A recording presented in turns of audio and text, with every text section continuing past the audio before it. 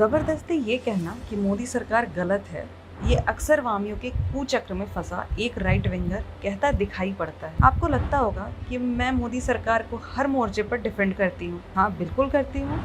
और ये मैं कैसे कर पाती हूँ? क्या आप किसी गलत सरकार को इस तरह डिफेंड कर सकते हैं? ट्राई कीजिएगा, कभी नहीं कर पाएंगे। क्योंकि सरकार गलत है या नहीं, सरकार ने आज तक गलत नियत से एक भी गलत काम नहीं किया है। सरकार ने हमेशा जनता की बात सुनी है, एक्शन लिया है।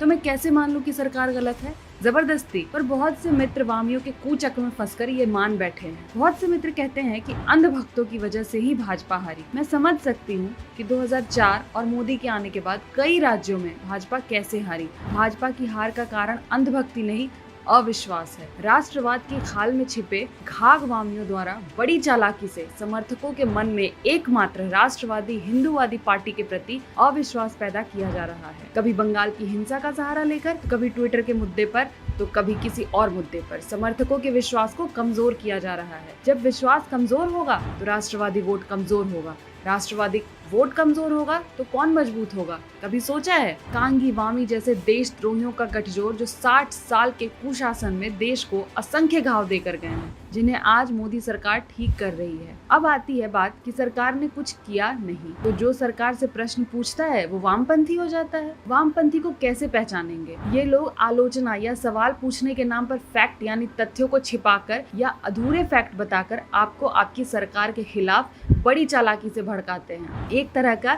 नैरेटिव बिल्ड करते हैं। जैसे आजकल एक नैरेटिव बिल्ड किया हुआ है कि सरकार का कानून मंत्री नकारा है, सरकार केवल लेटर लिख रही है, सरकार केवल कड़ी निंदा कर रही है, 303 सीट किस लिए दी है, ब्ला ब्ला ब्ला ब्ला। अगर सरकार ने कोई कदम ना उठाए हो तब तो सरकार की आलोचना समझ में भी आती है, लेकिन कदम उठाए जाने के बाद भी आलोचना सिर्फ घाघ वामपंथी ही कर सकते हैं। कानून मंत्री ने नया IT रूल बनाया, ट्विटर ने भारत का कानून मानने से मना किया, ट्विटर की इम्यूनिटी हटा दी गई। अब भिन्न भिन्न केस में ट्विटर पर FIR दर्ज हो रही हैं। ट्विटर का MD जमानत के लिए कोर्ट की शरण में जा रहा है। ट्विटर के एक अधिकारी ने त्याग पत्र दे दिया है। ये सब कैसे हुआ? ये सरकार की उसी नए कानून की वजह से हो रहा है। आपकी मोदी सरकार ने नए कानून बनाकर पुराने कानूनों को मजबूत करके कई सारे देशद्रोही तत्वों को ठिकाने लगाया है। गद्दारों की टोली यूं ही नहीं बिलबिला रही है। भाजपा सरकारें लव जिहाद धर्मांतरण के खिलाफ कानून बना रही है। भाजपा सरकारें दंगाइयों से सार्वजनिक संपत्ति का नुकसान वसूलने का कानून बना रही है। भाजपा सरकारें जनसंख्या नियंत्रण पर कानून बना रही है। तो फिर वो कौन लोग हैं जो बार बार आपको आपकी सरकार, आपकी पार्टी के विरुद्ध भड़का रहे हैं,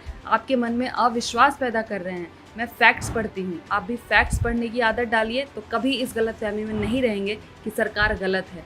सरकार कुछ नहीं कर रही है।